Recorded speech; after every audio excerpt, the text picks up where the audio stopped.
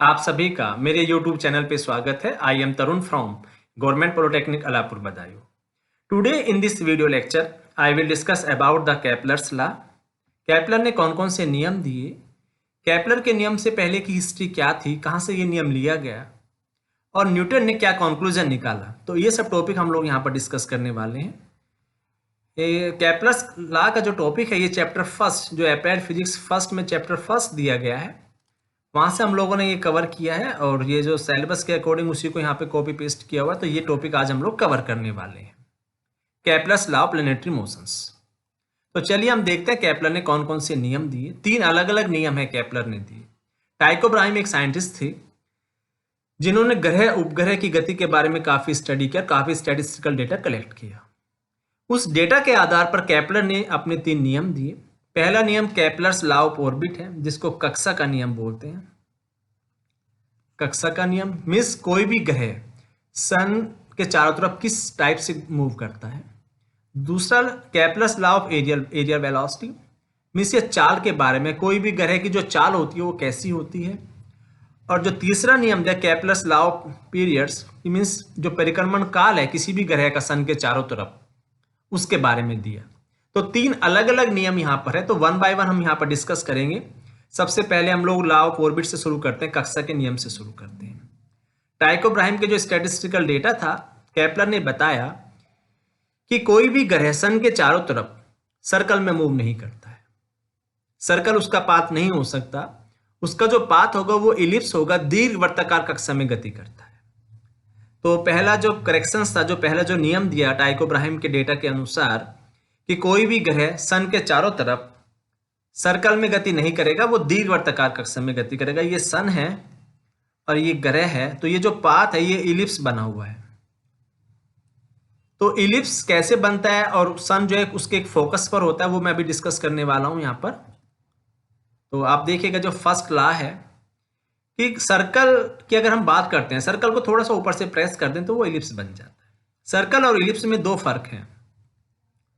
पहले अगर हम बात करते हैं आकार की, तो आकार आप देखते समझ जाओगे कि सर्कल कौन सा है, इलिप्स कौन सा है। बट अगर इलिप्स की बात करते हैं, सर्कल है तो इसमें एक ही सेंटर होता है। इलिप्स की अगर बात करते हैं तो उसमें 2 सेंटर होते हैं। तो ये सन है यहाँ पर, और केपलर ने बताया कि कोई भी ग्रह सन के चारों तरफ दीर्घवृत्ताकार कक्षा में गति करता है और सन किसी एक फोकस पर होता है। किसी एक फोकस का मतलब 2 फोकस, उसमें से एक फोकस पर होगा। तो ये शेप जो है दीर्घवृत्ताकार है। दीर्घवृत्ताकार ये माइनर एक्सिस है, छोटी एक्सिस बनी हुई है, और ये मेजर एक्सिस है। ये बड़ी वाली एक्सिस है और ये माइनर एक्सिस है। आप यहाँ से यहाँ तक के डिस्टेंस देखिए, ये बड़ी है इसलिए इसको मेजर दे दिया गया नाम, और ये छोटी इसको माइनर दे दिया गया। ये इसके 2 फोकस है, एक फोकस और दूसरा फोकस। दोनों फोकस को आपको ध्यान से समझना होगा कि कभी भी आप इस पाथ पर यहाँ पर रहें, दीर्घवृत्ताकार जो पाथ होगा किसी भी समय जब ग्रह होगा, वो दोनों फोकस की जो टोटल डिस्टेंस होगी वो हमेशा फिक्स होगी। अगर मैं बात करता हूँ ये ग्रह यहाँ पर है तो ये डिस्टेंस a है, और अगर ये b है तो a और b, a plus b her time पर फिक्स होगी। अगर मैं इसकी बात करता हूँ तो ये डिस्टेंस हो जाएगी और ये डिस्टेंस होगी, तब भी ये a और b फिक्स होगा। अगर मैं इसकी बात करता हूँ इधर से और इधर से बात करता हूँ तब भी ये फिक्स होगा। इसकी बात करता हूँ, इसकी बात करता हूँ तो ये भी फिक्स होगा। मीन्स किसी भी समय जो ग्रह होगा वो दोनों फोकस से तो जो डिस्टेंस होगी वो हमेशा नियत रहती है। यही इलिप्स की प्रॉपर्टी भी होती है दोनों फोकस के हिसाब से। तो पहला नियम आपको ध्यान रखना है कि सन के चारों तरफ जब ग्रह गति करता है वो दीर्घवृत्ताकार कक्षा में गति करता है और सन उसकी किसी एक फोकस पर होता है। ये पहला नियम है केपलर का। चलिए सेकंड नियम की बात करते हैं। सेकंड नियम है चाल का नियम है, एरियल वेलोसिटी का है, क्षेत्रीय चाल की बात करते हैं। तो यहाँ पर 3 अलग अलग चाल है। ये सन है और कोई भी सन और ग्रह को मिलाने वाली रेखा, ये मिलाने वाली रेखा है, समान समय अंतराल में समान क्षेत्रफल पार करती है। ये केपलर का सेकंड नियम है। तो फर्स्ट और सेकंड की अगर हम बात करते हैं, एरिया की बात करते हैं, तो आप 3 अलग अलग यहाँ पर एरिया दिए गए हैं, ए बी और सी। दिखने में आपको तीनों एरिया अलग अलग लगेंगे, बट मैं बोलता हूँ कि ये एरिया इन्होंने 5 घंटे में कवर किया है, ये भी 5 आवर्स में कवर किया है, और ये भी 5 आवर्स में। तो आप देखें अगर ऐसा है सेम समय समान समय अंतराल में समान क्षेत्र पर पार करने का मतलब क्या हुआ कि ये एरिया और ये एरिया तीनों क्या होंगे, आपस में बराबर होंगे, ए बी और सी।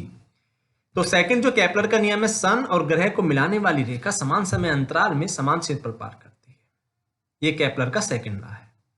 तो यहाँ पर तीनों एरिया दिखने में ऐसे लग सकते हैं कि अलग अलग है, बट टेक्निकली तीनों का एरिया सेम है। ये केपलर का सेकंड नियम। अगर थर्ड नियम की बात करते हैं कि जब कोई ग्रह सन के चारों तरफ परिक्रमा करता है, चक्कर लगाता है, तो उसका जो आवर्तकाल है, आवर्तकाल means time taken by one cycle, means एक साइकिल में लगा समय, एक चक्कर में लगा समय। तो टाइम का जो स्क्वायर है, टी स्क्वायर, जो डिस्टेंस का, जो सेमी मेजर एक्सिस की जो डिस्टेंस है, जो उसके तृतीयक घात के सीधा समानुपाती होता है, ए की पावर 3। मीन्स जो टाइम पीरियड है उसका जो स्क्वायर होगा वो सेमी मेजर एक्सिस की तृतीयक घात के सीधा समानुपाती होता है। ये समय से संबंधित था, इसको केपलर का थर्ड लॉ बोलते हैं। अब न्यूटन ने क्या कंक्लूजन दिया वो भी हम यहाँ पर डिस्कस कर लेते हैं। जो सेकंड लॉ का जो कंक्लूजन था कि ये सन है, ये सन बना हुआ है और ये ग्रह है, यहां से यहां तक इसने मूव किया, ए से बी तक, डेल्टा एस डिस्टेंस यहां से कवर की। तो ये ट्राइंगल बना हुआ है, एस ए बी और एस के नाम से ट्राइंगल बना हुआ है। तो ट्राइंगल के अगर मैं इतने एरिया की बात करना चाहूं तो बेस इंटू हाइट होता है हाफ बेस इंटू हाइट। तो बेस आर डी थीटा है, आर्क हम लोग क्या लेंगे, आर्क, और जो एंगल है और रेडियस का जो फॉर्मूला है उसको यूज करते हैं, तो आर डी थीटा आ जाएगा इंटू आर। अगर दोनों तरफ मैं टाइम से डिवाइड कर दूं, इधर भी टाइम से डिवाइड किया हुआ, ये भी टाइम से डिवाइड किया हुआ, तो ये आर स्क्वायर हो जाएगा। और डी थीटा को हम लोग डेल्टा थीटा डी थीटा लिख सकते हैं, वो मीन्स माइनर सा छोटा सा एंगल है, उसको हम लोग डेल्टा या डी थीटा लिख सकते हैं। तो ये जो D theta upon D T होता है इसको हम लोग ओमेगा बोलते हैं, ये एंगुलर वेलोसिटी होती है।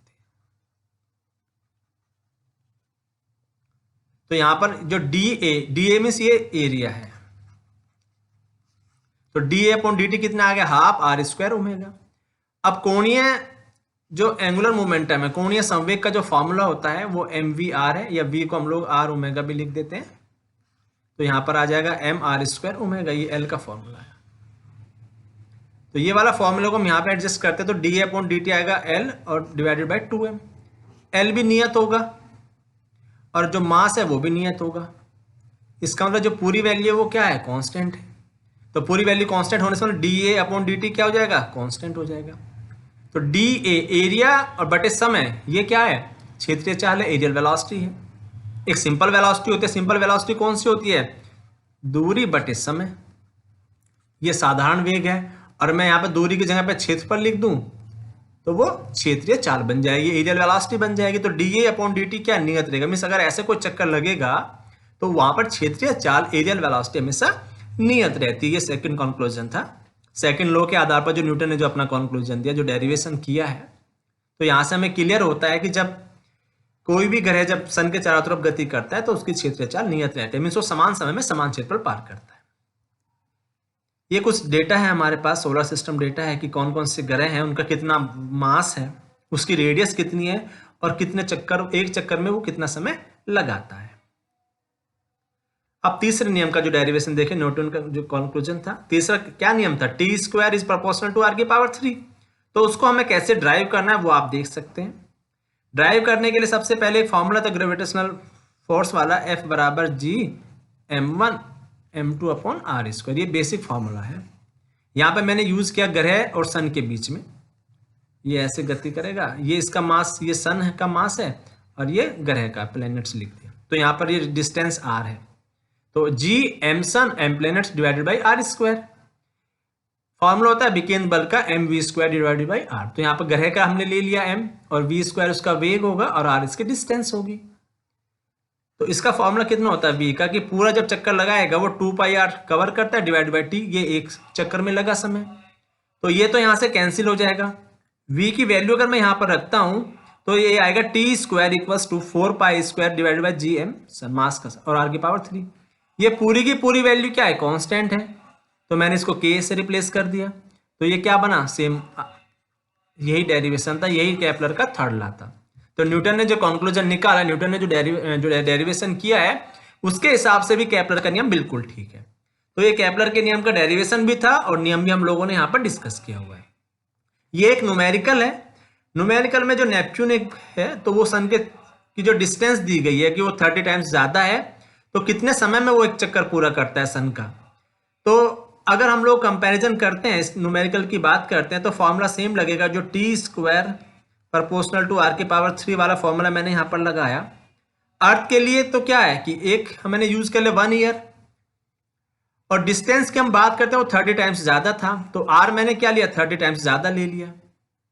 तो यहाँ पे r 30 टाइम्स अगर मैं ज्यादा लूंगा इस फॉर्मूले के अंदर, t1 और t2 का स्क्वायर और r की पावर 3 की अगर हम बात करते हैं, तो जो डिस्टेंस है वो 30 टाइम्स ज्यादा है, तो 1 डिवाइडेड बाई 13 हो जाएगा। और जो t1 है वो 1 ईयर है फॉर अर्थ, तो t2 हमें निकालना है। तो अगर मैं इसको सिंप्लीफाई करता हूं तो जो इसका रिजल्ट आता है वो 164.2 ईयर्स आ जाएगा। ये बेसिक सा फॉर्मूला है। मीन्स आपको डिस्टेंस का रेशियो दिया हुआ है और अर्थ का आप जानते हैं, तो आप क्या कर सकते हैं, दूसरे का किसी का भी एक चक्कर कितने समय में लगता है आप कैलकुलेट कर सकते हैं। Thank you for watching this video. अगर आप लोगों को ये वीडियो पसंद आई होगी तो मेरे वीडियो को लाइक भी करें और चैनल को सब्सक्राइब करें और अधिक से अधिक बच्चों के बीच शेयर भी करें। Thank you.